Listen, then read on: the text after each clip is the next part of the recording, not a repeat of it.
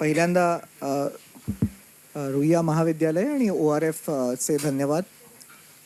तुम्ही आज इथे हजर आहात. आनंद आहे कारण मला तरुणाईशी संवाद साधायला प्रचंड आवडतो. याचं मुख्य कारण म्हणजे मी भरपूर काही शिकतो तुमच्याशी संवाद साधल्यावरती, की तुम्हाला एक्झॅक्टली काय वाटतं एखाद्या विषयाविषयी, किंवा सर्वात महत्त्वाची गोष्ट म्हणजे की तुम्हाला तुमच्या सभोवताली ज्या घटना घडत असतात, ज्या गोष्टी तुम्हाला दिसत असतात, त्याबद्दलच्या तुमच्या प्रतिक्रिया या मला फार महत्त्वाच्या वाटतात. आम्ही ज्याला ॲक्सेंच्युअरमध्ये, तुम्हाला माहिती नसेल कदाचित, पण ॲक्सेंच्युअर ही एक आंतरराष्ट्रीय कंपनी आहे ज्याची वार्षिक उलाढाल जवळपास $40 अब्ज एवढी आहे. आणि आज ॲक्सेंच्युअरचे भारतात साधारणतः आम्ही ज्याला म्हणतो की आमचा जो वर्कफोर्स आहे तो साधारण 1,50,000च्या वरती आहे. माहिती आहे मला, डोळे लोकांचे विस्फारतात जेव्हा आम्ही मुलांशी इंटरॅक्ट करतो किंवा अनेक संस्थांमध्ये जातो, त्यावेळेला लोकांची एक अशी संकल्पना असते की IT कंपनी आहे त्यामुळे वर्कफोर्स खूप कमी असेल, नोकऱ्या निर्माण होत नसतील. पण ही अतिशय चुकीची संकल्पना आहे. जगभरात आमचे 4.5 लाख वर्कफोर्स आहे, एम्प्लॉईज आहेत. आणि सर्वात महत्त्वाची गोष्ट म्हणजे की म्हणजे आपण ज्याला म्हणू शकतो आमचा ॲव्हरेज एज हे जवळपास 30 एवढा आहे. म्हणजे तुम्ही इमॅजिन करू शकता की किती यंग वर्कफोर्स सध्या संपूर्ण या क्षेत्रात आहे. आणि last but not the least, आपण ज्याला म्हणू शकतो one of the most likeable places to work या फोर्ब्सच्या यादीमध्ये आम्ही वारंवार आमचं स्थान असतं, जेणेकरून तरुणाई आम्ही आकर्षित करू शकतो. तरुणांचे आणि त्या तरुण वर्गाला आकर्षित करण्यासाठी त्यामुळे लागणारं एक व्यवस्थापन असतं. त्याच्यानंतर एक ऊर्जा असते सर्वात महत्त्वाची, जी व्यवस्थापनात असली पाहिजे. आणि सर्वात महत्त्वाचं म्हणजे तुम्हाला सामावून घेऊन तुमच्याबरोबर दिशापूर्वक आणि दिशादर्शक अशी प्रगती आखायची, त्याचा वेध घ्यायचा, हेही करणं फार महत्त्वाचं असतं आम्हाला. आणि त्यामुळेच मी जसं म्हटलं पहिल्यांदा की मी आभारी आहे ORFचा आणि रुईयाचा की त्यांनी मला आज इथे संधी दिली बोलायची आणि माझे विचार तुमच्याबरोबर शेअर करण्यासाठी एक संधी आहे. तुमच्याकडून शिकण्यासाठी माझ्याकडे एक संधी आहे. तसं बघायला गेलं तर रुईया ही माझी सासूरवाडीसुद्धा आहे. माझी बायको इथे शिकली आहे. ती संस्कृतमध्ये तिने BA केलं, ती युनिव्हर्सिटीमध्ये दुसरी आली. MAला ही वाटतं पहिली की दुसरी आली. आज ती युनिव्हर्सिटीमध्येच गेले जवळपास किती आता साधारण 18 वर्षाच्या पेक्षा सुद्धा जास्त शिकवते. मुंबई युनिव्हर्सिटीत आहे, डिपार्टमेंट ऑफ संस्कृतमध्ये. ती ॲल्युमिनाय आहे, ती येत असते इथे. आणि त्यामुळे तिच्या ॲल्युमिनायच्या मीटिंग्सना कधी कधी पिकअप करायला गाडीने शोफर म्हणून मी सुद्धा येतो. त्यामुळे त्यामुळे या गोष्टी घडतात. पण आता आपण म्हणजे आपण ज्याला म्हणतो हेमंतनी जे प्रश्न विचारले त्याच्यापासून सुरुवात तर करूच या.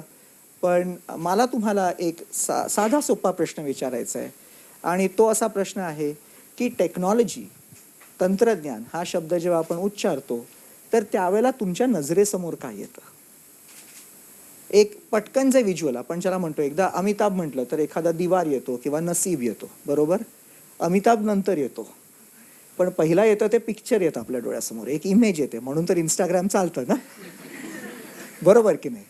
तर त्यामुळे हे इमेजची दुनिया आहे.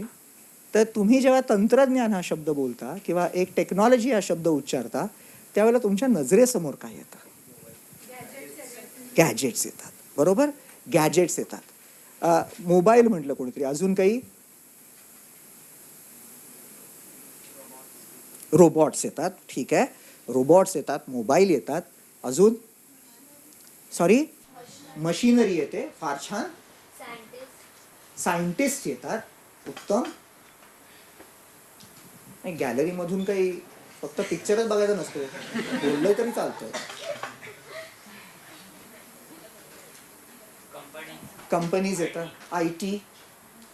इंटरेस्टिंग. इंटरेस्टिंग. म्हणजे आता आपण जे बघतोय तर mobile, scientist, machinery, gadgets, interestingly अजून कोणी ॲप्स सांगितलं नाही मला, विच इज व्हेरी अच्छा तू म्हणालास का सॉरी इंस्टाग्राम, ठीक आहे, म्हणजे ॲप्स किंवा असं, ठीक आहे. हे हे हे इमेज आपल्या डोळ्यासमोर येते, बरोबर. हां, आता हा विचार करा, ही इमेज आपल्या डोळ्यासमोर काय येते. सॉरी हां, म्हणून ती आपल्या डोळ्यासमोर येते, बरोबर. पण आपण जर तंत्रज्ञान असं म्हटलं तर मानवाला तंत्रज्ञान हे काय नवीन नाही. चाक ही एक तंत्रज्ञानच होतं. हां, आग ही एक तंत्रज्ञानच होती, शाई ही एक तंत्रज्ञानच होतं. पण बघा ती आपल्याला आठवत नाही का? कारण ती आपल्या दररोजच्या जीवनामध्ये समरसून गेली. आपल्याला कळत सुद्धा नाही की ते तंत्रज्ञान जे आहे, भले ती आग आहे कारण तुम्ही गॅस, हां, चाक आहे, टायर, बरोबर. शाईनी तर आपण लिहितच होतो म्हणतो मी हल्ली, कारण कोणी लिहित नाही हल्ली, सगळे टाईप करतात. लिखाण हे फार क्वचित दुर्मिळ होत जाणारी गोष्ट आहे आणि ते फाउंटन पेनच्या सेल्स मधून कळतं आम्हाला. पण सर्वात महत्वाची गोष्ट की ही जी गोष्ट आहे की समरसून किंवा एक समरसता निर्माण होते, तुम्ही रुळता, त्याच्यानंतर ती गोष्ट तुमच्या जीवनाचं एक अविभाज्य अंग होऊन जाते, बरोबर. तंत्रज्ञान ही अशीच एक फार इंटरेस्टिंग, आपण ज्याला म्हणू शकतो संज्ञा आहे. हा एक इंटरेस्टिंग फेनॉमिनन म्हणतो मी त्याला. मी ऑब्जेक्ट म्हणू शकत नाही त्याला, किंवा मी त्याला ॲडजेक्टिव्हही म्हणू शकत नाही. I call it a phenomenon. कारण काय आहे की ती बदलती संज्ञा आहे, काळानुरूप बदलणारी संज्ञा आहे, आणि त्यामुळे ती आपल्यामध्ये जी भिनत जाते, आपण जे समरस होत जातो ना त्याच्यामध्ये, तर त्यामुळे आपल्याला कळत सुद्धा नाही की आपण किती तंत्रज्ञान दररोजच्या जीवनात वापरत असतो. कदाचित तुम्ही जे बसताय ती खुर्ची, ते टेबल, हे 40 वर्षापूर्वी तर बिलकुल नव्हतं. त्याच्यानंतर एक 70-80 वर्षापूर्वी हे एअर कंडिशनिंग, हे सगळं तंत्रज्ञानच आहे ना. पण आपल्याला जसं मी म्हटलं की जसं तुम्ही इमेज, मी काय विचारलं तुम्हाला की तंत्रज्ञान म्हटल्यावरती तुमच्या डोळ्यासमोर काय इमेज एखादी उभी राहते, कारण ती काळानुरूप असते. 20 वर्षांनंतर हेच व्याख्यान घ्यायला जर मी इथे येऊ शकलो आणि जर मी हा प्रश्न विचारला तर मला काहीतरी कम्प्लिटली वेगळं दिसेल ॲज अ रिस्पॉन्स. कारण त्यांना स्नॅपचॅट असेल की नाही माहिती नाही, पण निदान मोबाईल्स ते सुद्धा असतील की नाही माहिती नाही, पण that would have just been a part of history. किंवा ते इतके समरस झालेले असतील, आणि जसं तुम्ही आग म्हणजे जसा गॅस, पेन, शाई, चाक, हे आपल्याला वाटत सुद्धा नाही की तंत्रज्ञान आहे. कारण तंत्रज्ञानाचा एक अतिशय अंगीभूत गुण आहे, आणि तो गुण म्हणजे काळानुरूप त्याचं कमॉडिफिकेशन होतं. जसं खनिजांचं काळानुरूप कमॉडिफिकेशन झालेलं आहे, तसं तंत्रज्ञानाचं सुद्धा काळानुरूप कमॉडिफिकेशन होतं, म्हणून तुम्हाला ते जाणवत नाही. आणि तंत्रज्ञानाचं जे काळानुरूप कमॉडिफिकेशन होतं, तर ते कमॉडिफिकेशन होता होता त्याचे तुमच्या जीवनावरती जे पडसाद उमटतात, ते खूप असे आपण ज्याला म्हणू शकतो की तुम्हालाही जाणवत नाहीत. तुमच्या अगोदरच्या पिढीला कदाचित ते जाणवलेले असतील. तुम्ही तुमच्या आई वडिलांशी बोललात, राईट, तुम्ही तुमच्या आजोबांशी बोललात, तर ते तुम्हाला निश्चित सांगतील, अरे तुला माहितीये का त्या काळात फाउंटन पेन म्हणजे काय, हो की नाही. अरे तुला माहितीये का गाडी म्हणजे काय, अरे आता म्हणजे गाड्या म्हणजे काहीच नाही, किंवा टायर रिपेअरिंग म्हणजे काय, म्हणजे ही सगळ्या ज्या आपल्याला गोष्टी टिपिकल म्हणजे काय, हा म्हणजे काय निघून जातो आयुष्यात, आणि त्यालाच तंत्रज्ञान म्हणतात. हे सर्वात महत्वाची गोष्ट लक्षात ठेवा. टेक्नॉलॉजी इज अन अनयुज्युअली, आपण ज्याला म्हणू शकतो आर्टिफिशियली प्रॉप्ट अप बझवर्ड, असं मी लोकांना नेहमी म्हणतो. ते तुमच्या आयुष्यात सतत असतं, सतत राहील, सतत होतं, फक्त ते तुम्हाला कळलेलं नाहीये. आणि ती संज्ञा कालानुरूप जशी बदलत जाते, त्याचं जसं आपण ज्याला म्हणू शकतो ती मोठी मोठी होत जाते किंवा त्याचं रूप बदलत जातं, तशी ती तुमच्या वेळेला इम्पॉर्टंट होते. काही कालांतराने ती परत कमॉडिफाय होते, अशी ती सायकल सतत सुरू राहते.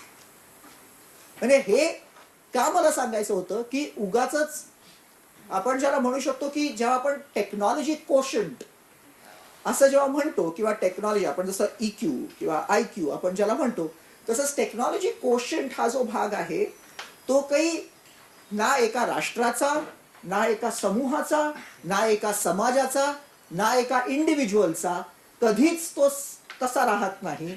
जसा तो इंडिव्हिज्युअल वाढत जातो आणि जशी ती टेक्नॉलॉजी कमॉडिफाय होत जाते तो कोशंट जो असतो तो तसाच बदलत जातो. कारण त्याचं बास्केट जर चेंज झालं नाही तर तो एकदम पहिल्यांदा झिरो असतो, कारण तुम्हाला ती टेक्नॉलॉजी माहिती नसते. ज्यावेळेला पहिल्यांदा कॉम्प्युटर आले आणि ते काहीच राष्ट्रांमध्ये आपण बघतो मेन फ्रेम्स होत्या किंवा काहीच राष्ट्रांमध्ये नंतर डेस्कटॉप्स आले, त्यावेळेला अनेक चायनासारख्या राष्ट्रांचे सुद्धा टेक्नॉलॉजी कोशंट्स त्या बाबतीत खूप कमी होते. पण आज जर तुम्ही तेच कोशंट्स आणि मेन फ्रेम्स किंवा डेस्कटॉप्स किंवा ह्या सगळ्या गोष्टी जर बघितल्या तर सगळीच राष्ट्र जवळपास विकसित किंवा विकसनशील तुम्ही म्हणू शकाल ही आता खूप हाय आहे त्या टेक्नॉलॉजी कोशंटवरती. का? याचं कारण ती अंगीभूत झाली, त्यांच्याकडे ती अंगवळणी पडली, त्यांच्याकडे ती राष्ट्रात आली, त्यांच्याकडे ती स्वस्त झाली, ती कमॉडिफाय झाली. आणि कमॉडिफिकेशनचा नियम आहे. तुम्ही खनिजांमध्ये आपण जिओग्राफीमध्ये केलेलं आहे 8वी 9वी 10वी मध्ये, आणि त्याच्यानंतर तुम्ही आर्ट्सचे स्टुडंट्स असाल तर कदाचित 11वी 12वी सुद्धा ऐकलं असेल की ज्या क्षणी आफ्रिकन राष्ट्र त्यांच्या GDP जो असतो तो का एवढा पटकन वाढत नाही, कारण जर तुम्ही खनिजांवरतीच अवलंबून असाल आणि त्याचं जर प्रोसेसिंग करू शकत नसाल तर ज्यावेळेला खनिजांचं कमॉडिफिकेशन होतं त्यावेळेला त्यांची व्हॅल्यू धाडकन खालती कोसळते. आणि ती व्हॅल्यू फक्त जाऊ शकते वरती ज्या वेळेला एखादी चायना निर्माण होते, कारण त्यांना कमॉडिटीजची गरज लागते. पण तेच चायनाची गरज संपली की ती परत व्हॅल्यू कोसळते.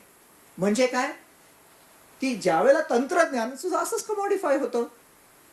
आता तुम्ही चाकांविषयी काही बघताय का? अनलेस अँड अंटिल आता मी जो पुढे बोलेन आणि जो आपण विषयाकडे येऊ की चाक हे सुद्धा कसं बदलेल, मग आपण त्याच्यावरती येऊया.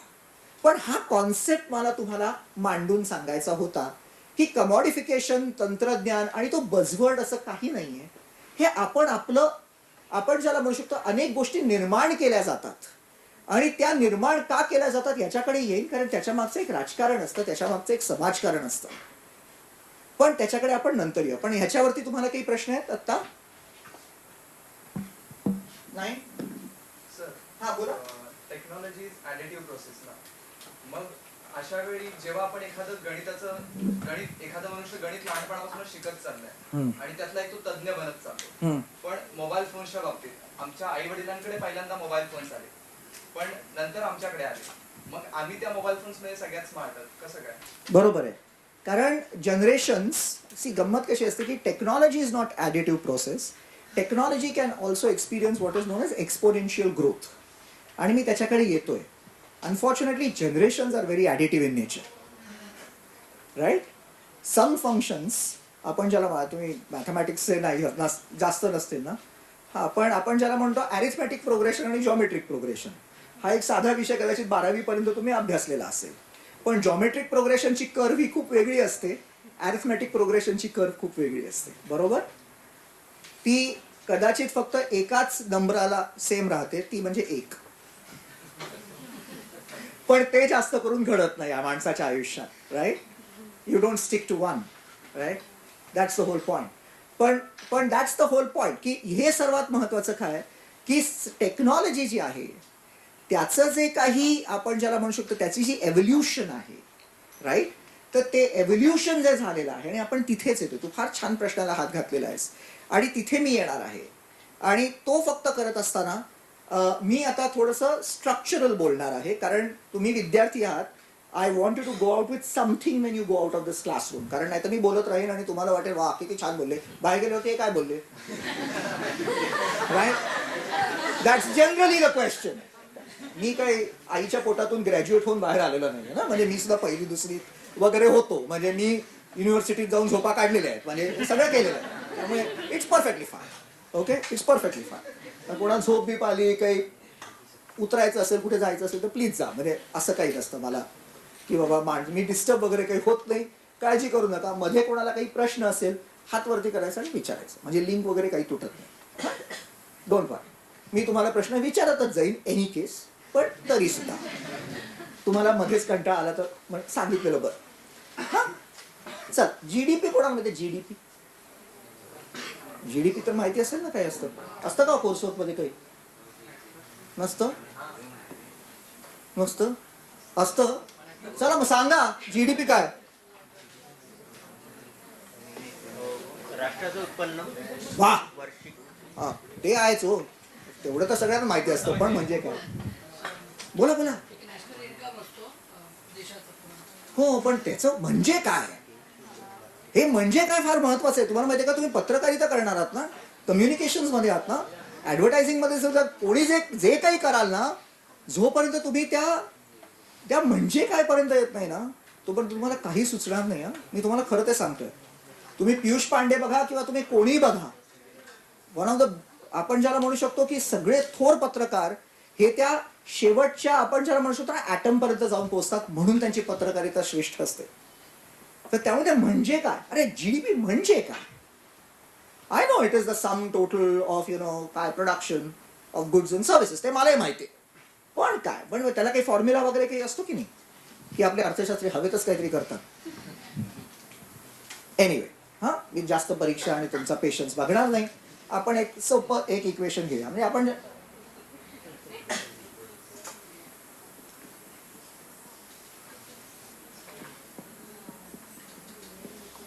अगदी सोपं आणि मी जसं म्हटलं की मला जास्त गणित येत नाही ओके आणि मी तुमचाही जास्त गणिताचा इकडे तास घ्यायला वगैरे काय आलेलो नाही ना बरोबर की नाही त्यामुळे आपल्याला काही त्याच्याशी देणं घेणं नाही पण हे फार महत्वाचं आहे हे जरा प्लीज लक्षात घ्या.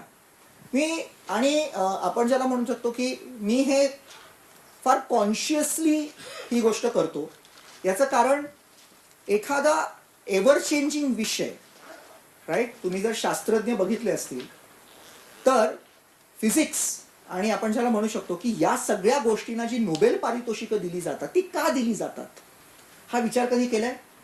सायकॉलॉजीला नोबेल नाही आहे फिजिक्सला केमिस्ट्रीला बायोलॉजीला का असेल हे प्रश्नच पडत नाहीत ना आपल्याला हल्ली. हां नाही प्रश्न आहे I am not joking it's a genuine question की याला का नोबेल पारितोषिकं आहेत इकॉनॉमिक्सला आहे बरोबर मॅथला नाही आहे त्याला फील्ड्स म्हटले पण या सगळ्यांना नोबेल पारितोषिक आहे याला का नाही आहेत काही लॉजिक असेल ना काय असू शकतो जरा विचार करूया कारण याच्याशी खूप निगडीत आहे म्हणून सांगतो. का असू शकतं तर डोकं चालवा.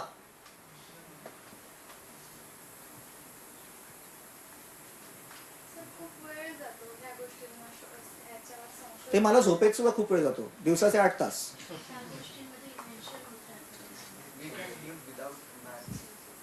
You can live without math solid आहेस तू.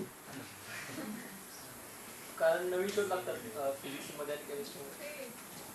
हा नवीन शोध म्हणजे काय बरं मी तर नेहमीच येणार म्हणजे काय मला एकच येतं फक्त अप्लाइड सायन्स ओके म्हणजे काय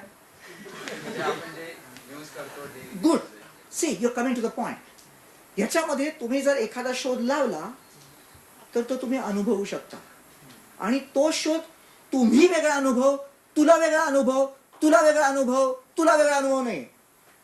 1 kg of mass is the same as 1 kg of mass for this entire class. 1 atom of bromine is the same as bromine for this entire class. But what you experience after putting a technology in place is different for him, her, him, her, him. How can मग मला काय so म्हणून behavioural सायकॉलॉजीला Nobel नाही मिळालं पण behavioural इकॉनॉमिक्सला मिळालं कारण इकॉनॉमिक्समध्ये त्यांनी जो शोध लावला बिहेवियरल सायकॉलॉजी घेऊन डॅनियल कानेमननी तर तो प्रूव्ह करू शकला की ते बिहेवियर मी ऍट स्केल दाखवू शकतो राईट. हे बिहेवियर एका वर्गाचं असू शकतं समूहाचं असू शकतं पण सायकॉलॉजीमध्ये प्रत्येकाची सायकॉलॉजी वेगळी आहे कळलं.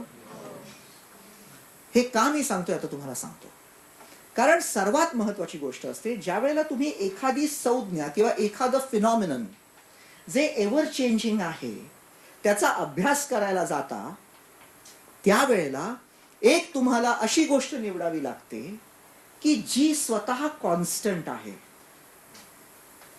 तुम्ही ज्या वेळेला काही आठवीत सुद्धा जे काही फिजिक्स केमिस्ट्री बायोलॉजी केलेलं असेल त्याच्यामध्ये सुद्धा तुम्ही ऍक्सेलरेशन ड्यू टू ग्रॅव्हिटी ज्या वेळेला म्हणता त्यावेळेला काही त्याचे नियम असतात की तो नॉर्थ पोल जवळ एकदम जाता कामा नये, तुम्ही साऊथ पोल मध्ये एकदम जाता कामा नये, कारण तिथे 9.8 नसतं. बरोबर. ते सांगतात की हे या कंडिशन्स मध्ये हे लागू आहे. हे का सांगितलं जातं? कारण काहीतरी स्थिर ठेवावं लागतं, नाहीतर सगळंच जर अस्थिर असेल, अस्थिरतेचा अभ्यास अस्थिरतेने करता येत नाही. एखादी गोष्ट तरी स्थिर ठेवावी लागते. म्हणून ही जी संकल्पना आहे टेक्नॉलॉजी की जी आता वारंवार बदलते आहे, त्याचा अभ्यास करण्यासाठी मी आज एक ऑब्जेक्टिव्ह गोष्ट घेतोय, ती म्हणजे जीडीपी. त्याची डेफिनेशन चेंज होणार नाही, दर चेंज होत राहील, तो राहिलाच पाहिजे. तो जर तसाच राहिला तर आपण गेलो, बरोबर, पण त्याची डेफिनेशन चेंज होणार नाही. Do you get me? आणि पत्रकारिता, ऍडव्हर्टायझिंग, कुठलाही अभ्यास कराल, उद्या कुठलाही सब्जेक्टचा अभ्यास कराल त्यावेळेला हे तत्व मात्र निश्चित लक्षात ठेवा की ज्या वेळेला एखादी गोष्ट अस्थिर, अस्थायी, नेहमी बदलणारी असते, त्या आपण ज्याला म्हणू शकतो फिनॉमिनन, ऑब्जेक्ट, सर्व्हिस, जे काही असेल त्याचा अभ्यास करायला एखादी स्थिर गोष्टच तुमच्या कामी येते, ज्याच्या भोवती तुम्ही स्वतःला फिरवू शकता आणि मग त्या स्थिरतेचा अभ्यास करून त्याचा मापदंड मोजू शकता. हे लक्षात येतं तुम्हाला? आपण म्हणतो ना, सर्कलचा सेंटर जर तुम्ही चेंज करत राहिलात तर तुम्ही बदलत्या रेडियसला कधीच आळा घालू शकत नाही. क्लिअर? पण सेंटर तोच ठेवलात तर मग तुम्हाला कळते, अरे ही रेडियस छोटी आहे, ही थोडी मोठी आहे. पण सेंटर मी बदलत गेलो तर मला ती रेडियस छोटी आहे की मोठी आहे कळत नाही. Am I with you? So that's why we are going to choose a very objective variable. Okay, I'm still calling it a variable because GDP is a variable. It's not a constant, right? We are choosing a very objective variable because it is well defined. And this definition is not going to change for everybody in this classroom.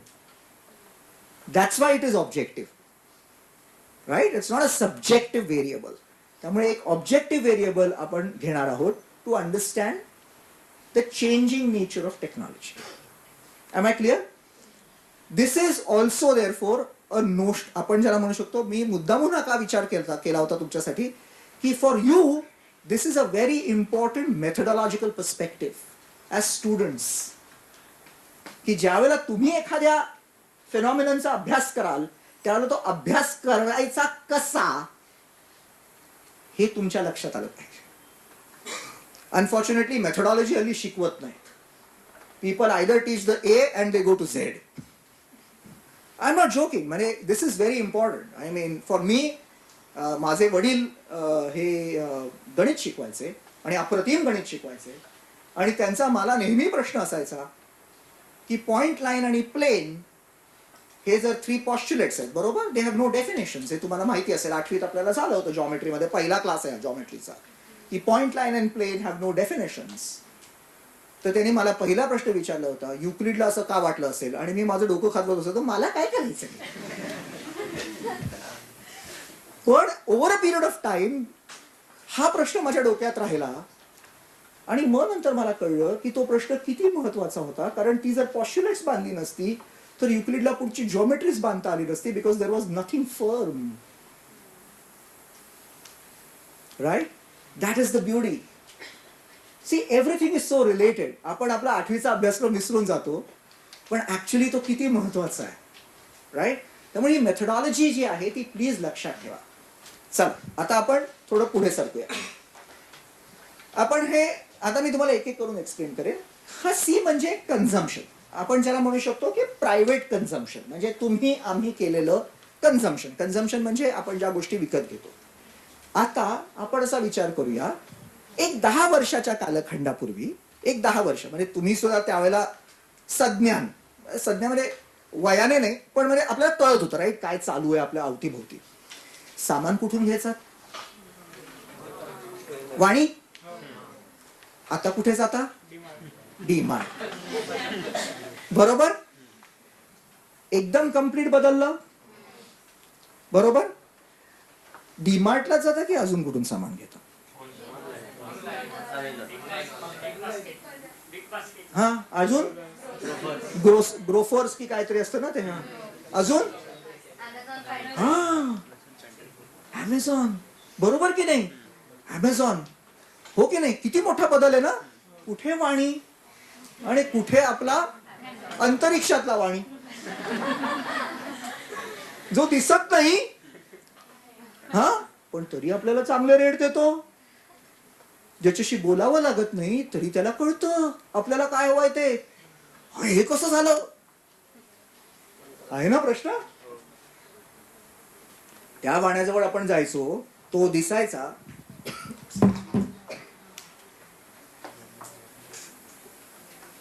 तो दिसायचा मला glass मिळेल का ते? तर तो दिसायचा, पण अनफॉर्च्युनेटली तो कधी सांगू शकत नव्हता की तू या डाळी बरोबर अजून काय घेणार आहेस. तो प्रेडिक्ट करू शकत नसे. आज अमेझॉन तुम्हाला, तुम्ही हे घेतलं तर त्याच्याबरोबर other buyers have seen this असं करून मग he is predicting. You see, you getting me? तुमचे लकाकणारे डोळे मला सांगतायत this is technology, isn't it? पण मग आता ही सर्वात महत्वाची गोष्ट आहे की ही जर टेक्नॉलॉजी आहे तरी कुठली टेक्नॉलॉजी आहे असं तुम्हाला वाटतं? हे समजणं फार महत्वाचं आहे की how is somebody who is not even seeing you, which is what you believe physically ना. Nobody is seeing you physically, but somebody is watching you virtually. ज्याला म्हणतो आपण गॉड्स आय. मूवीज मध्ये असतात ना ते टिपिकल बॉन्ड आणि याच्यामध्ये. So there is somewhere somebody is watching. आणि तीच तर गंमत आहे. पण नुसतं वॉच करून उपयोग नाहीये. त्याला कसं कळतं रे माझ्या मनातलं की मला ह्या कुर्त्या बरोबर ही अशीच जीन्स पॅन्ट आणि त्याच रंगाची हवी आहे आणि तीच शेड तो मला कशी देतो? How is it possible? And that's where the technology comes. मग याच्यामध्ये काय आहे की ह्या कन्झम्पशन मध्ये ही जी काही आता आपण ज्याला म्हणतो की जीडीपी मध्ये हा जो एक मोठा चेंज झालेला आहे, नुसता क्वांटिटी वाईज नव्हे, म्हणजे तुम्ही जे कन्झ्युम करायचा त्याची नुसती व्हॉल्यूम वाईज ग्रोथ नाही आहे, व्हॅल्यू वाईज सुद्धा ग्रोथ आहे आणि क्वालिटेटिव्ह ग्रोथ आहे. राईट. एक काळ असा असायचा की हे सगळे टी शर्ट्स घ्यायला अगदी स्वस्त पाहिजे असतील तर आपण ते कुठे ते फॅशन स्ट्रीटला वगैरे जायचो, बांद्रा असेल चर्चगेटच्या इथे वगैरे वगैरे. बरोबर. आता तसं जावं लागत नाही. If you go to even fashion street तेही तुम्हाला सांगतील साहब हमारा धंदा तो डाऊन है, कारण Amazon is become your fashion street. बरोबर की नाही? All these things have become your fashion street. They giving you 60% discount, raining discount आपण मला म्हणतो. अलीबाबा, फ्लिपकार्ट, अमेझॉन, हे ते सगळीकडे. राईट. आता गंमत अशी आहे की ह्या लोकांना सगळं कसं कळतं. आणि इथेच आपण ज्याला म्हणू शकतो, आपण ज्याला म्हणू शकतो की एक या दशकातली किंवा या सेंचुरी मधली एक फार मोठी झेप टेक्नॉलॉजीने घेतलेली आहे. म्हणजे काय होतं की डेटा हा प्रकार होताच. डेटा अनालाइज करायला स्टॅटिस्टिक्स, मी स्टॅटिस्टिक्सचा विद्यार्थी आहे, बॅचलर्स माझं स्टॅटिस्टिक्स मध्ये. ते स्टॅटिस्टिक्स आम्ही बघायचो आणि मग ते करायचो. मग कॅल्क्युलेटर्स होते, मग थोडेसे कम्प्युटरही आम्ही शिकलो. पण गंमत काय व्हायची, 300, 400, 500, 1000, 2000 असे डेटा पॉइंट्स आम्ही अनालाइज करू शकत होतो. मिलियन जेव्हा जातात, बिलियन जेव्हा जातात, तेव्हा तुम्ही इमॅजिन करा किती डेटा पॉइंट्स असतील. Right. If I were to actually physically put off the same size a number, a billion digits will not even be, this room will not be enough to store them, right? Physically जर मी store करायचा प्रयत्न केला, right. Billion digits is huge thing. आणि ते number जर मला उद्या analyse करायचे असतील तर मला एक कम्प्लिटली वेगळ्या प्रकारची टेक्नॉलॉजी आणि त्याचं आर्किटेक्चर लागतं, ज्याला तुम्ही पुढे कदाचित हा शब्द ऐकला असेल आणि जसं म्हटलं मी टेक्नॉलॉजी या संज्ञांचा क्लास घेणार नाही, तुम्ही घरी जाऊनही ते वाचू शकता. विकिपीडिया नावाची गोष्ट आहे किंवा इतरही गोष्टी आहेत. तर बिग डेटा आपण ज्याला म्हणतो, की बिग का, the data is not only now about 100, 200 people, it is about millions of people. आणि तुमची परत आवड ओळखायला it is not only vertically growing, it is also growing horizontally. कारण का, तुमची आवड ओळखायला तुमचे अनेक स्वतःची व्हेरिएबल्स त्याला ओळखावी लागतात पॅरलली. त्यामुळे बिलियन असे you are dealing with a lot of things at the same time. आणि ते करायला मग काय, मानवी मेंदू आहे. सगळ्याच मानवांना तसा मेंदू नसतो ना, बरोबर की नाही? I mean it's impossible, right? पण मग मानवी मेंदू नसेल तर मग कम्प्युटर नावाचा जो एक गोष्ट आहे त्याला आपण तो मेंदू देऊ शकतो, राईट? मग तो मेंदू जर मी त्याच्यामध्ये पुरवला, म्हणजे त्याचं काय, त्याच्यामध्ये मी सॉफ्टवेअर दिलं त्याला लागणारं, आणि ते सॉफ्टवेअर प्रोसेस करणारं एक हार्डवेअर दिलं, राईट? जर या गोष्टी मी केल्या तर नॅचरली ही कॅल्क्युलेशन्स मी आरामात करू शकतो आणि प्रेडिक्ट करू शकतो तुम्हाला काय लागतं ते. Am I with you? मी हे फार सोपं करून सांगण्याचा प्रयत्न करतोय. हे खूप टेक्निकली असू शकतं, राईट? आम्ही जे टेक्निकल वर्ग घेतो त्याच्यावरती हे खूप वेगळे असतात. पण मी हे अगदी सोपं करतोय, त्याच्यामुळे त्याच्यामधलं सायंटिफिक कधी कधी थोडं इथे इथे होईल, पण मला त्याची आत्ता परवानगी आहे. कारण मी तुम्हाला काय तो टेक्निकल वर्ग घेत नाही त्याचा, right? I just want you to understand the concept. पण एवढं सगळं झालं, एवढे सगळे मी डेटा सगळं काही कॅप्चर केलं, पण तरी सुद्धा हे जे काही आहे की मला ह्याच दिवशी ह्याच वेळेला हे आवडेल, हे त्याला कसं माहिती? बरोबर की नाही? मग काय होतं की आपण ज्याला म्हणू शकतो, तुमच्या फोन्समध्ये अनेक प्रकारची सॉफ्टवेअर्स असतात की जी तुमचा डेटा तुमच्या आवडीनिवडी ट्रॅक करत असतात. त्यांचा उपयोग करून हीच मंडळी पुढे तुमचं कन्झम्पशन पॅटर्न कसं असेल याच्यावरती तुम्हाला ट्रॅक करू शकतात की नाही. ही व्यक्ती आहे ना, साधारणतः हिचा जो कल आहे तो या गोष्टींकडे बघण्याचा आहे. एकच मिनिट, या गोष्टींकडे बघण्याचा आहे. आणि ही तिच्या वाढदिवसादरम्यान खरेदी नाही करत, वाढदिवसाच्या अगोदर 10 दिवस करते, वाढदिवसानंतर करते. तिचा पगार त्यावेळेला होत नाही, झालेला असतो. पगारानंतर ती खर्च करते की पगारा अगोदर करते? You get my point? हे सगळं ते ट्रॅक होत असतं because of your other expenditures which you are doing via this gadget. आणि जे त्यामुळे तुमचा जो डेटा असतो तो ट्रॅक झालेला डेटा असतो, त्याचं अनालिसिस करून मग पुढे कॅल्क्युलेशन्स मांडून या गोष्टी केल्या जाऊ शकतात. तुमचा प्रश्न होता मागे. एक्झॅक्टली, जसं म्हटलं की जसं searching, Google is the biggest data tracker ना, right? Google is the biggest data tracker for you. आणि आता तुमचं लोकेशन सर्च मिळतं त्यांना, बरोबर की नाही? हा, आता ह्या सगळ्या महत्वाच्या गोष्टी ज्या आहेत, तर पूर्वी तुम्ही इमॅजिन करा 10 काय 15 वर्षापूर्वी याच्यातलं काहीच नव्हतं. आणि म्हणून मी तुझ्या प्रश्नाकडे येतोय की जनरेशन्स हॅव बिकम ॲडिटिव्ह. एखादी गोष्ट ज्या वेळेला 15 वर्षापूर्वी नव्हती आणि सडनली ती अशी उफाळून येते, त्यावेळेला ती कर्व एक्सपोनेन्शियल होते. त्यामुळे आपल्या आई वडिलांना खूप टफ जातं. अरे आई वडिलांना काय, आपल्यालाही टफ जातं. मी माझ्या 19 वर्षाच्या मुलीच्या टीक्यूला मॅच नाही करू शकत, कारण they are playing at a different level. कळलं का? त्यांना माहिती असणारी ऍप्स, त्यांना जे क्रॉस ते रेफरन्सेस लावू शकतात, इट्स इम्पॉसिबल, कारण maybe I am not built that way, right? आणि तिथेच सर्वात महत्वाची गोष्ट असते. कारण काय आहे माहितीये का, this is what is the major disadvantage which becomes an advantage for the other side. Understand this. Always lack of knowledge is the best thing to be exploited. That is what you see happening.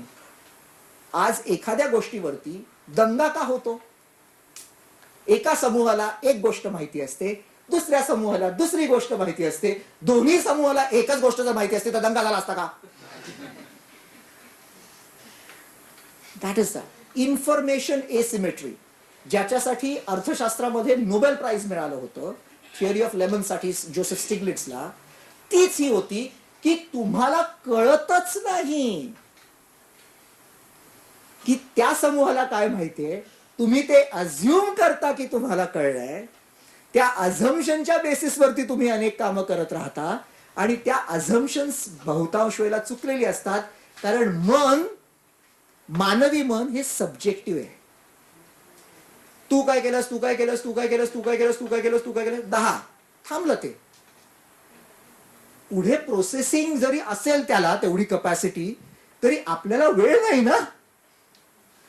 मग अरे हे 10 लोक तर तसे म्हणत नाहीत, पण ते 10 लोक मी बघितले ते तसं म्हणत होते, मग काय, मग ते सगळं सुरू होतं, मग ते द्वंद्व सुरू होतं. त्यामुळे information asymmetry becomes the biggest हे लक्षात ठेवा. ऍडव्हर्टायझिंग असेल, पत्रकारिता असेल, पत्रकारिता सुद्धा का टिकते? तुम्हाला जी आतली गोष्ट माहिती असते ती समाजाला जर माहिती असते तर तुम्हाला वाचेल कोण? The same thing is about technology. If you were to know everything in the technology, why should somebody be able to sell that to you? Unless and until you can create a multiplicative effect, आम्ही ज्याला म्हणतो की बाबा हा हे सगळ्यांनाच माहिती आता हे सगळेच वापरतील आणि सगळ्यात पैसा निर्माण होईल, असं नाही होत. ते बिझनेस मॉडेल कम्प्लिटली वेगळं असतं. तुम्हाला प्रश्न होता? तो प्रकार आहे की एका गोष्टीतून दुसरी गोष्ट सजेस्ट होणं, ऑनलाईन शॉप करतो आपण, ते माणसाला घातक आहे का?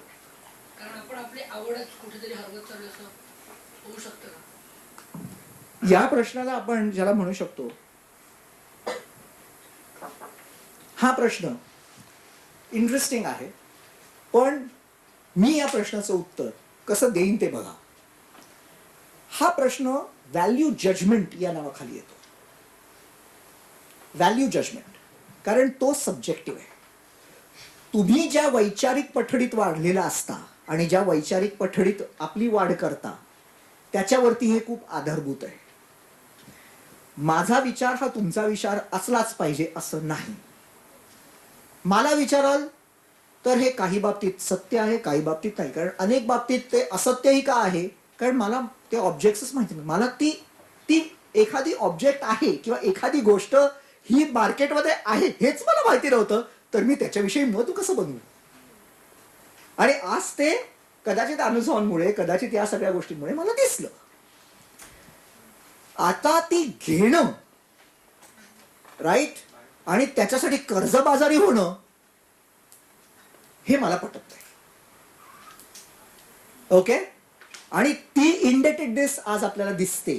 तुम्ही जर आरबीआयचे रिपोर्ट्स काढून बघितले तर क्रेडिट कार्ड बेस्ड जे काही इंडेटेडनेस आहे तो वाढत चाललाय समाजामध्ये. पर्सनल लोन्सचं प्रमाण खूप वाढत चाललंय समाजामध्ये, बरोबर. आता पर्सनल लोन तर तुम्ही दुसऱ्या गोष्टीसाठी कशासाठी घेणार नाही ना. ट्रिप्स करायचे आहेत किंवा एखादी महत्वाकांक्षा आहे तुम्हाला, माझ्याकडे हा फोन असला पाहिजे, राईट. कारण फोन सुद्धा हल्ली 1,75,000 असेच येतात, right. I not sure, I mean गेला तो जमाना 10,000चा एखादा फोन यायचा वगैरे, पण कारण प्रत्येकाला, आणि तेच म्हटलं की ते समाज व्यवस्थेचं भान असतं त्यावेळेला. ते समाज व्यवस्थेचं भान आहे. मी त्याला मूल्य म्हणत नाहीये, हे लक्षात ठेवा. मूल्य ठरवणारा मी नाही, मला तो अधिकार नाही, कारण मी फक्त मीच आहे. आणि मी त्या साधू महाराजांना बोलणार नाही it comes to me and goes to me because मी असं नाही, ते नाही येते. हा, कारण ह्याच्यातला मी फक्त मीच आहे. पण का म्हणतोय मी? कारण I have no right to decide your value framework, म्हणून मी म्हणतोय ते, राईट. पण द पॉइंट इज, म्हणून मी त्याला हा शब्द वापरला, ते त्या समाज व्यवस्थेचं भान असतं, मूल्य नसतं. ते भान चांगलं आहे की वाईट हे ते समाज ठरवतो, राईट. त्याच्यावरचं ओपिनियन द्यायला मला कोणी मनाई नाही केलेली. आणि जसं मी म्हटलं की मला असं वाटतं की हा, कर्ज काढून ऋण काढणं ही कदाचित माझी मूल्य, मला ते पटत नाही, पण who knows, I mean some people are very good at that, right.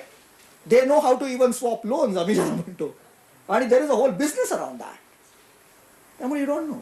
पण हे कन्झम्पशनचं जरा समजलं तुम्हाला. दुसरी गोष्ट जी होते, बरे, एक तर बिग डेटा आहे. दुसरी गोष्ट जी होते की तुम्ही जर बघत असाल की तुम्हाला आता ऑगमेंटेड रियालिटी, व्हर्च्युअल रियालिटी हे सुद्धा दाखवलं जात आहे. व्हर्च्युअल रियालिटीमध्ये तुम्ही ते गॉगल्स घालता की नाही, बरोबर की नाही? आणि मग तुम्हाला अरे हे केलं ना तर मग तुम्हाला असा बंगला मिळेल, मग तिथे असा ओढा असेल, मग त्या ओढ्याचा तुम्ही असं पार जाऊ शकता.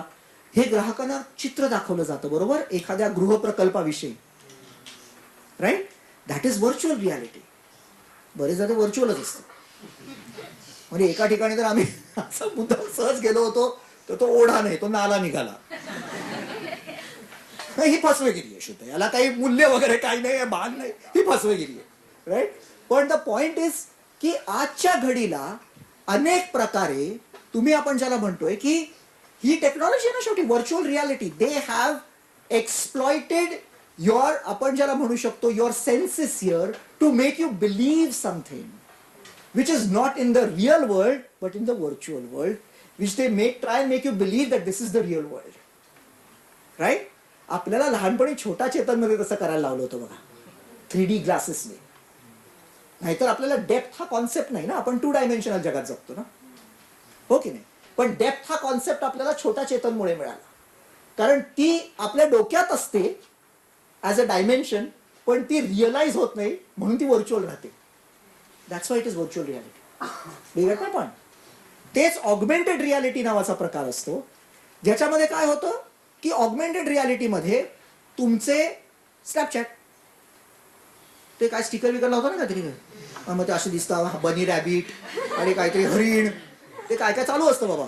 माझ्याही घरी चालू असतं ते, मलाच माझे फोटो मिळतात रिव्हर्समध्ये असे करून. ते इतकं मी भयानक दिसतं. म्हटलं काय आहे, माझ्या मुलीला म्हणतो हेच काम आहे उरलं आता म्हटलं मला फक्त. तर पण म्हणजे दॅट इज ऑगमेंटेड रियालिटी, म्हणजे असलेल्या गोष्टीला काहीतरी वेगळं बदलवून दाखवणं. पण तुम्हाला ते आवडतं ना. आणि इंटरेस्टिंग बघा, सर्वात इंटरेस्टिंग काय आहे, तुमचे स्टिकर जे असतात ना रे, ते कसे असतात, प्राण्यांचे असतात. शेवटी तुम्ही जाऊन जाऊन परत नेचरकडेच जाताय. मुद्दा बघा, that is the key thing. What they're doing is they are augmenting you towards nature only, where you came from. But we don't realize it. We find it only as a sticker. The real augmentation चा कॉन्सेप्टच तुम्हाला कळत नाहीये, right? पण हे consumption मध्ये होत आहे आणि त्याच्यामुळे तुम्ही कन्झ्युम होत आहे. त्यामुळे प्रत्येक स्नॅपचॅट किंवा काही तुम्ही बघत असाल, खालती आता एक ऍडव्हर्टिजमेंट सुद्धा येते, हा प्रॉडक्ट आहे, तो प्रॉडक्ट आहे. सी हाऊ सेलिंग सुरू झालं, राईट? हे पूर्वी कधीच नव्हतं आपल्याकडे. 10-15 वर्षापूर्वी कधी नव्हतं. पण 1.6 इंच आपल्या समोर आल्यावरती काय वेगाने क्रांती घडू शकते हे तुम्ही बघताय. Am I with you? आतापर्यंत कळताय की आहे? गुड. काही प्रश्न? येस सर, तुम्ही आता म्हणालात की म्हणजे आपण जे सॉफ्टवेअर वापरतो त्याच्यावरून आपलं काय, म्हणजे आपल्या आवडीनिवडी काय आहेत हे बरोबर. कळतं आणि तो डेटा जातो. पण असं म्हणतात की आयफोनचा डेटा हा म्हणजे आपलं ते सिक्युरिटी असते, तर इतक्या डेटाचं काय होतं मग? Very good question. इतक्या डेटाचं काय होतं? डेटा ही अशी गोष्ट आहे की जी अश्वत्थामा आहे. I am not joking. महाभारतातलं कॅरेक्टर जर तुम्ही सिलेक्ट केलं, data bleeds can make you bleed and survives, has no life. It just has infinite life. Ashwatthama आहे तो. आणि तो कधीही येतो तुमच्या दारी तेल मागायला आणि तुम्ही नकळत देऊ नाही मोकळे होता. आणि मग तो तुम्हाला काय म्हणतो, ओम भवती डेटाम देही. देता दिला डेटा. इज इट की नाही? That's what you do. Because तुम्हाला काय वाटतं, अरे मला सुद्धा आता डेटा मिळाला नवीन प्रॉडक्ट विषयी, काहीतरी मला नवीन शिकायला मिळालं, मग मी माझा डेटा दिला तर काय आहे. पण गंमत बघा, तुम्ही तुमचा पर्सनल डेटा देत असता, ते तुम्हाला पब्लिक डेटा देत असतात, राईट? आता या डेटाचं होतं काय, तर अनेक कंपनीज हा डेटा विकत घेतात ॲट अ प्राइस. तो डेटा विकायचा नाही आणि तो विकला गेला की काय होतं हे आपण फेसबुकच्या याच्यावरनं बघितलेलं आहे. तुम्हाला मेजर केम्ब्रिज अनालिटिका वगैरे ते स्कॅन्डल सगळे माहिती आहेत. नसेल माहिती तर वाचा जरा त्याच्याविषयी. म्हणून त्याच्यासाठी युरोपीय समुदायाच्या गव्हर्नमेंट्सनी रेग्युलेशन आणलं, ज्याला आपण GDPR असं म्हणतो, की माझ्या डेटा मला विचारल्याशिवाय तुम्ही वापरायचा नाही. म्हणून कुकीज आता येतात की नाही, येतं ना ते, डू यू ऍक्सेप्ट केल्यावरतीच ते मग ते जातं. का? कारण cookies are carriers of information. आता कळलं? ती खायची नसते. आपलं ट्रू कॉलरचे OTP येत आहेत, म्हणजे बँकेचे पेमेंटचे OTP ना ट्रू कॉलर प्रॉब्लेम झालेली, डेटा लीक होत होता. बरोबर. काय प्रॉब्लेम होती सर ती? ट्रू कॉलरला OTP यायला लागला अचानकच, म्हणजे मेसेजला OTP येतात ना. बरोबर. काय असतं माहितीये का, प्रोग्रामॅटिक एरर्स असतात आणि त्या काय असतात हे आता इथे बसून सांगता येत नाही. ती एरर कुठे झालेली असते, ती मुद्दामून केलेली असते का? कधी कधी काय होतं तुम्हाला माहितीये की सर्व्हर्स हॅक होतात म्हणजे काय, कोणातरी तो डेटा जो असतो, जो सुरक्षित ठेवलेला असतो, तो सडनली अवेलेबल होतो. मग तो डेटा त्या डार्क नेटवरती जातो, मग तो विकला जातो. मग त्याच्यावरनं तुम्हाला अनेक प्रकारचे उद्योग होतात. बँक अकाउंट्समधनं थेफ्ट्स होतात, तुमच्या कंपनीचा डेटा चोरला जातो, सर्व्हर्स हॅक होतात, या बऱ्याचशा गोष्टी होतात. पण ॲज कॉमन कन्झ्युमर आपण सुद्धा काही काळजी घेणं फार आवश्यक असतं, राईट की नाही? पण आपण ती घेत नाही. एखादी ऑफर आली की लगेच आपण ती डाउनलोड करतो. त्याच्यामध्ये एखादं छुप मॅलवेअर आहे का हे आपण बघतच नाही. प्रत्येक ऑफर ही खरं तर काय ऑफरच आहे की are they putting you on an offer is the issue. म्हणजे काय तुमच्या येत आहे हे सुद्धा थोडंसं शिका. आणि ते आपण ज्याला म्हणू शकतो, मी असं म्हणणार नाही हा, सॉरी, हे मी विधान कधी करणार नाही की तरुणाई याला बळी पडते वगैरे, सॉरी, नाही. याला बळी पडतात ते खरं ऍक्च्युली माझ्या एजची ग्रुपची जास्त लोक, कारण त्यांना कळतच नसतं काय डाउनलोड होतं. I am not joking, right? तुम्ही तुमच्या आई वडिलांशी बोला, तू काय डाउनलोड केलंस? काहीतरी आलं होतं, डाउनलोड केलं. हेच होतं ना. आपण तरुणाई आहे थोडी तरी त्या बाबतीत हे आहे, सतर्क आहे मी म्हणेन. त्यामुळे मी तुम्हाला अजिबात म्हणणार नाही की तुमच्या याच्यामुळे असं काहीतरी होतंय, मला अजिबात पटत नाही, कारण तुम्ही सतर्क तरी आहात. पण अनेक तुमच्या अगोदरच्या पिढीतील लोक आहेत ना, ते सतर्क जरी असले ना तरी त्यांना कळतच नाहीये, त्यामुळे ते काहीतरी करूनच बसतात. I am not joking, I go through this in my house. त्यामुळे मला माहितीये काय गोष्टी होतात ते, राईट? आणि ते काही ऑफर पण डाउनलोड केलेलं नसतं, ते आलाडी उघडलं असं झालंय. It is innocence. It is not out of, आपण ज्याला म्हणू शकतो इन्फेक्शियस कन्झ्युमरिझम, मला काहीतरी हवाय स्वार्थासाठी वगैरे, असं काही नाहीये. ते जस्ट प्लेन इनोसन्स. हा आला होता मेल, मी वाचला, आणि वाचलास पण तू आता गेलास, आणि असं होतं ते. तर please understand this. Are you with me on this? हे कळलं, राईट? आता आपण जाऊया आयसाठी. आता इन्व्हेस्टमेंट म्हणजे काय? ही प्रायव्हेट इन्व्हेस्टमेंट जी सर्वात महत्वाची. तुम्ही ऐकतच असाल सध्या बजेटमध्ये private investment not happening in this country, project stalled वगैरे वगैरे वगैरे वगैरे, राईट? तर जेव्हा तुम्ही ही इन्व्हेस्टमेंट नावाचा प्रकार घेता, तर तिथे सुद्धा डिजिटल टेक्नॉलॉजी खूप मोठ्या प्रमाणात वापरली जाते. बिग डेटा तर वापरला जातो, कारण आपण ज्याला म्हणतो की मॉडेल्स बांधणं असतं. म्हणजे आपण ज्याला म्हणू शकतो काय बाबा, तर मी ही गुंतवणूक केली.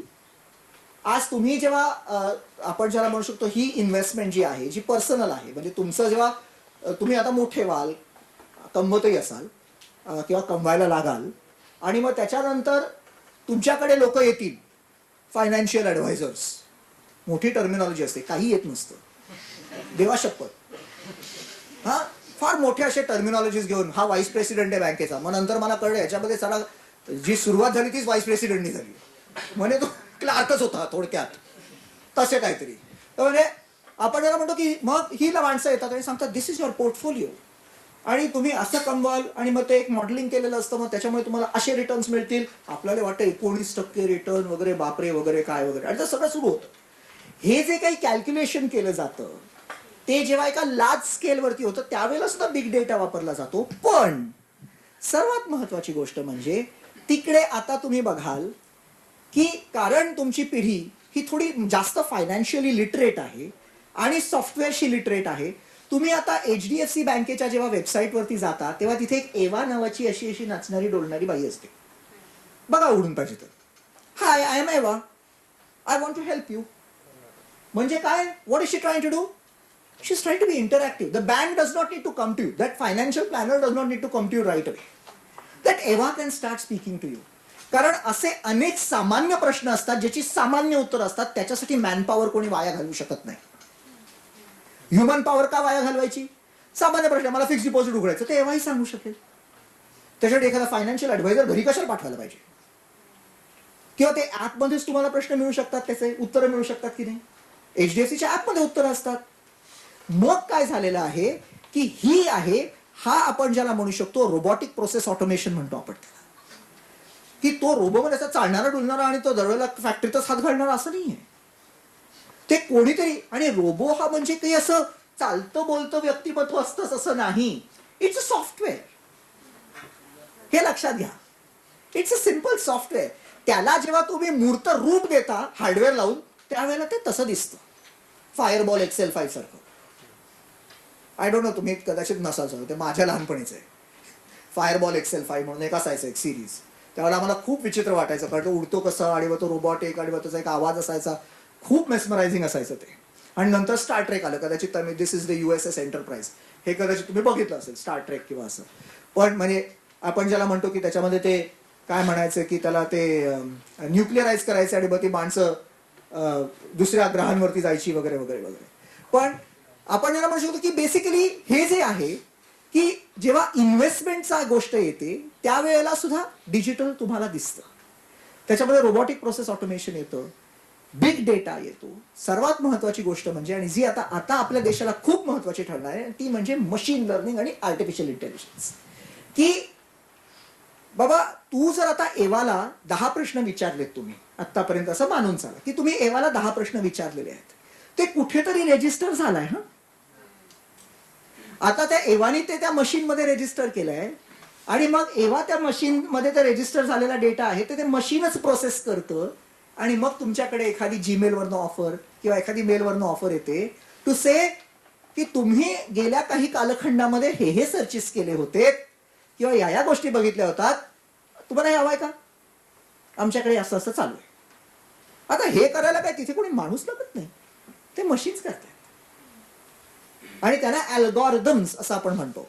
जसे आपले हे फॉर्म्युले आहेत तसेच त्यांचे लांब लचक फॉर्म्युले असतात, ज्याला मशीन अल्गोरिदम्स असं म्हटलं जातं. आणि त्या अल्गोरिदम्स ते प्रोसेस होऊन ते डिसिजन तुमच्यापर्यंत दिलं जातं. That choice is given to you for you to decide. बहुतांश वेळेला तो चॉईस इतका करेक्ट असतो की इट इज फनी. आपल्याला वाटतं अरे ही जादू आहे. पण this is what is known as investment. म्हणजे इन्व्हेस्टमेंटच्या याच्यामध्ये या डिजिटल टेक्नॉलॉजीज किंवा हे तंत्रज्ञान तुमच्यापर्यंत पोहोचलेलं आहे. आता गव्हर्नमेंटमध्ये ही गव्हर्नमेंट आपण ज्याला म्हणतो एक्सपेंडिचर, म्हणजे अनेक गव्हर्नमेंटचे प्रोग्राम्स असतात. स्वच्छ भारत असेल किंवा काय म्हणतात त्याला इंदिरा आवास योजना असेल, किंवा ज्या काही आवास योजना, ज्या काही योजना असतात त्या सुद्धा सरकार तुमच्याकडे डिजिटल या माध्यमातून पोहोचवतं. आता तुमच्याकडे डिजिटल लॉकर आहे की नाही?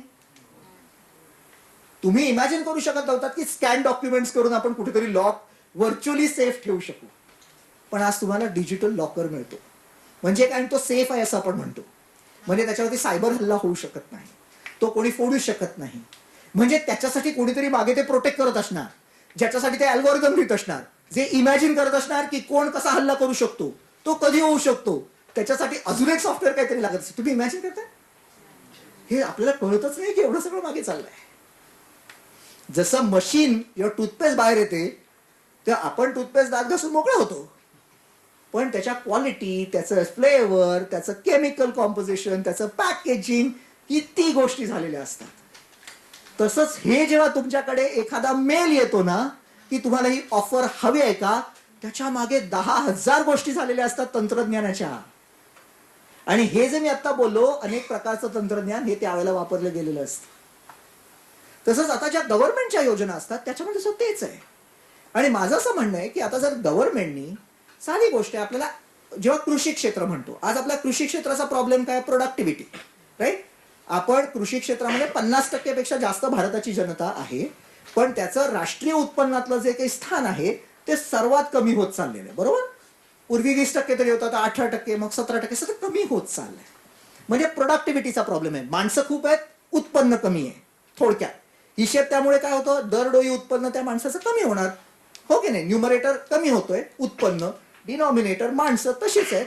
त्यामुळे नॅचरली तो numerator is less than the denominator, म्हणजे आपण ज्याला म्हणतो numerator is falling at a higher pace than the denominator, naturally that is going to go down, right. मग अशा वेळेला आर्टिफिशियल इंटेलिजन्स आपण वापरू शकतो का? सॉइल टेस्टिंगच्या बाबतीत आहे, किंवा प्रेडिक्शन. तुम्ही वेदर फोरकास्टिंग काय चाललंय हल्ली, हे जेव्हा मोठाली मॉडेल्स वेदर मॉडेल्स म्हणतात IMD किंवा हे काय आहे शेवटी? This is prediction, this is big data. अनेक वर्षांचा डेटा एकत्रित करून ते काहीतरी प्रेडिक्ट करण्याचा प्रयत्न करतात की ही या वेळेला हे असा एल निनो येईल किंवा अशी ही क्लायमॅटिक कंडिशन बदलेल. That is big data. आणि या गोष्टी तुम्हाला सतत त्यामुळे इव्हन गव्हर्नमेंट स्कीम्समध्ये दिसायला लागतील. आणि एक्सपोर्ट आणि इम्पोर्ट जर तुम्ही बघितलं तर त्याच्यामध्ये आता मोठ्या प्रमाणामध्ये ही जी आपण ज्याला म्हणू शकतो फार मोठ्या प्रमाणात डॉक्युमेंटेशन लागतं. मी आज जो काही व्यापार करतो जागतिक पातळीवरती जर काही एक्सपोर्ट करत असेल तर त्याचं डॉक्युमेंटेशन असतं की बाबा याच्यात हे गुणधर्म आहेत, ही क्वालिटी आहे, याचं हे असं आहे, याच्यासाठी मी हे कर्ज घेतलेलं आहे, मला याच्यासाठी हा एक्सपोर्ट क्रेडिट मिळालं पाहिजे. आता हे सगळं जर मी ब्लॉकचेन नावाच्या कॉन्सेप्टवरती टाकलं तर जे कॉन्ट्रॅक्ट मी जो कोणी माझा माल विकत घेणार होता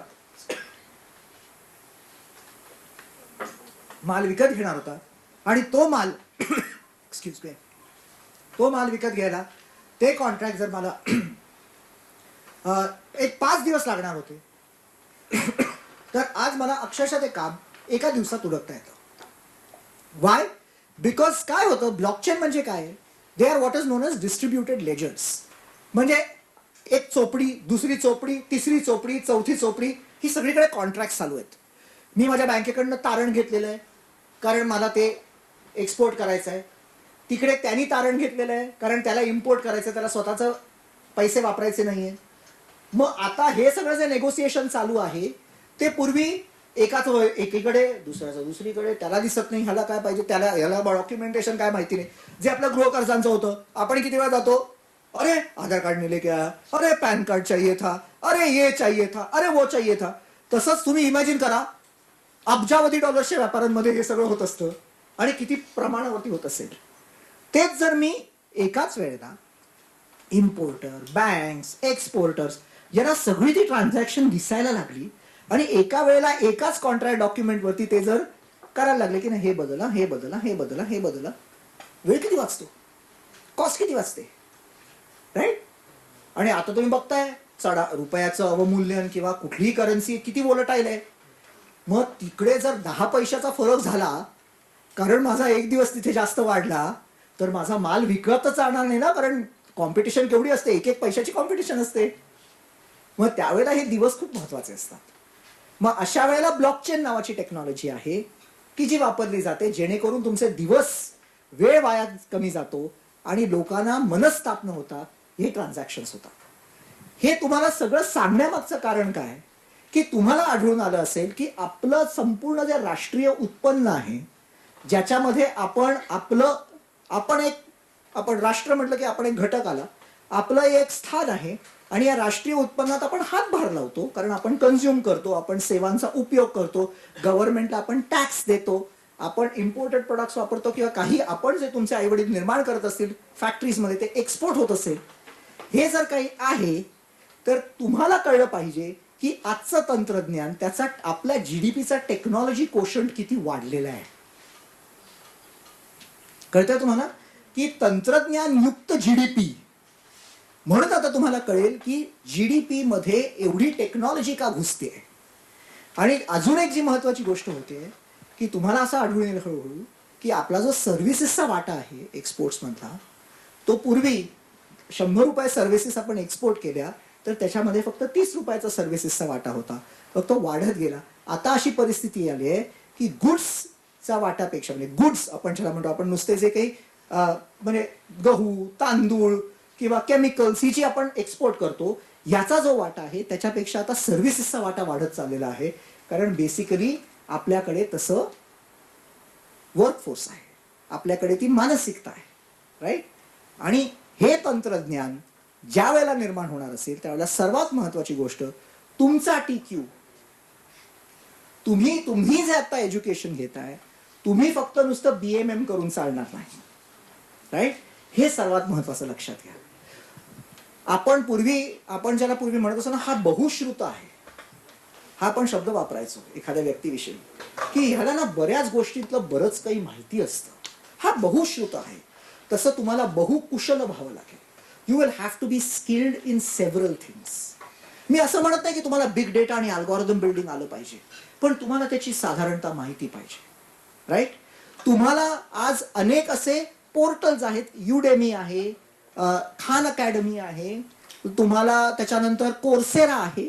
अशी अनेक पोर्टल्स आहेत की ज्याच्यावरती जाऊन तुम्ही स्वकुशल होऊ शकता, कुठेही न जाता, नुसतं घरी डेटाचा वापर करून.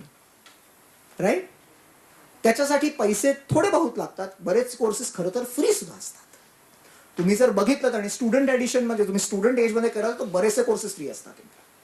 ते आमच्यासारख्या लोकांना जर असतील मग ते चार्ज करतात. बरोबर आहे, कारण आम्ही पैसे कमावतो, naturally we have to pay the cash. पण स्टुडंटसाठी अनेक कोर्सेस फ्री असतात. तर तुम्हाला, कारण लक्षात घ्या, BMM म्हणजे मी लोकांना नेहमी म्हणतो, आणि हे कुठल्याही अभ्यासक्रमात असतं, हे इथेच असं नाही, अभ्यासक्रम हा जनरली जगाच्या 10 वर्ष मागे असतो. सृष्टीचा नियम वगैरे म्हणत नाहीये, असं एक वाक्य म्हणतं ना, हा सृष्टीचा नियम, असं नाही काही, हा असं काही नसतं. पण गंमत अशी असते की हा एक साधारणतः, कारण अभ्यासक्रम हा इतका पटापट चेंज होत नाही, कारण शिकवणारे सुद्धा तेवढे पटापट इव्हॉल्व्ह होत नाही. That's a reality. मी जे स्टॅटिस्टिक्स शिकलो ते माझ्या कालखंडाच्या सुद्धा 10 वर्ष मागे होतं. म्हणजे मला पेपरामध्ये 5 वेळेला 3 पानाचे थेरम लिहावं लागत असत तो. म्हणजे इतकं भयानक होती परिस्थिती. गणित नाही सोडवायची, हे शिकलो कशासाठी? थेरम लिहावं लागतं, हो की नाही? तुमचा ऍटलिस्ट तुमचा अभ्यासक्रम हा ऍप्लिकेशन ओरिएंटेड आहे. तुम्ही विचार करू शकता की जर तुम्ही ऍडव्हर्टायझिंगच्या क्षेत्रात जाताय तर मग मी व्हर्च्युअल रियालिटीचा वापर करून माझी ऍडव्हर्टाइजमेंट कशी करेन? मी आज किती लोकांचा सर्वे करून आज हे स्टॅटिस्टिकल टूल वापरेन, जेणेकरून माझा पुढचा जो निष्कर्ष आहे समाजाच्या बाबतीत, किंवा जे माझं टार्गेट ऑडियन्स आहे, तो कसा व्यवस्थित असेल. राईट? त्याच्यासाठी लागणारं ज्ञान तुम्ही कोर्सेरामध्ये किंवा जसं म्हटलं युडेमीमध्ये घेऊ शकता. एखादं पॉवर पॉईंट तयार करायचं, पण पॉवर पॉईंट चांगली कशी तयार करायची, राईट, अट्रॅक्टिव्ह कशी तयार करायची, याचे कोर्सेस आता सगळं ऑनलाईन अवेलेबल आहे. राईट? तुम्हाला युट्यूब हे फार मोठं माध्यम आहे, ज्याच्यावरती तुम्ही अनेक लोकांचे एक्सपर्ट व्हिडिओज बघून एखादं आपली कुशलता वाढवू शकता. राईट? आणि लक्षात घ्या, कुशाग्र आणि कुशल याच्यामध्ये जमीन आसमानाचा फरक आहे. कुशाग्रता ही फार क्वचित आढळते, कुशलता ही सामान्यतः असू शकते. आपल्याला कुशल व्हायचंय आणि कुशाग्रतेकडे जायचंय, ती इतकी सोपी नसते. राईट? मराठी जपून वापरावं. हा, आपण म्हणजे ते या यो असं सगळं करून ते सगळं मराठीत बँडच वाटले सगळं ना, असं होतं. नाही, आय एम नॉट जोकिंग. म्हणजे हे मला इतकं जाणवतं की लिखाण करताना हल्ली आणि म्हणजे मराठी घरी बोलताना सुद्धा खूप त्रास होतो, कारण समोरची व्यक्ती मराठीतच बोलत नसते आणि मराठी माणसाचा काय नियम आहे माहिती नाही. म्हणजे माझे अनेक मराठी मित्र भेटले की ते इंग्लिशमध्येच बोलायला लागतात, जसं की मला इंग्रजीच येत नाही. हो यु नो वगैरे, अरे कसलं यु नो? त्या वाक्यामध्ये 10 वेळा, त्या 10 वाक्यांमध्ये 50 वेळा यु नो असतं. अरे that is a biggest joke. खरं सांगतोय तुम्हाला, खरं सांगतोय, हे इतकी गोंधळ आहे हा सगळा झालेला. आणि लक्षात घ्या, सर्वात महत्वाची गोष्ट म्हणजे की आज तुम्हाला सर्वात मोठा धोका आहे ती घंटा. मी तुम्हाला सांगतोय, ती धोक्याची घंटा म्हणजे तुम्ही स्वतःच्या भाषेला विसरताय. हे पहिलं लक्षात घ्या. जो समाज कुशल होतो तो आपल्या भाषेमध्ये पारंगत असतो, कारण त्याला त्या भाषेच्या जाणीवेवरतीच तो समाज कुशल होत जातो. चायना उत्तम उदाहरण आहे. ते काही इंग्रजीमध्ये शिकवत नाहीत, जे काय शिकायचं तेवढंच ते शिकून घेतात, पण बाकीचा सर्व समाज हा चायनीज भाषेवरतीच कुशल होतो. मग तुम्ही म्हणाल भारतात एवढ्या भाषा आहेत, असू देत ना, ते चांगले ना, काय प्रॉब्लेम आहे का? नाही ना. उलट त्याच्यामधून तंत्रज्ञानाचा जास्त विकास होतो, की हीच एखादी गोष्ट तामिळमध्ये कशी जाईल, तेलुगूमध्ये कसं जाईल, तो फॉन्ट कसा होईल, आणि ते आपण केलंच ना. सीडॅक मध्ये आपण ते अचीव्ह केलंच. ते सिनेमा येतात खालती. तुम्हाला काय वाटतं, हे महाराष्ट्रात फक्त मराठी येतं आणि सगळीकडे फक्त मराठी जातं की काय? तामिळनाडूमध्ये तामिळमध्ये जातो, केरळामध्ये मल्याळमध्ये जातो. हे आपण अचीव केलंच होतं ना. डायव्हर्सिटी घालवू नका.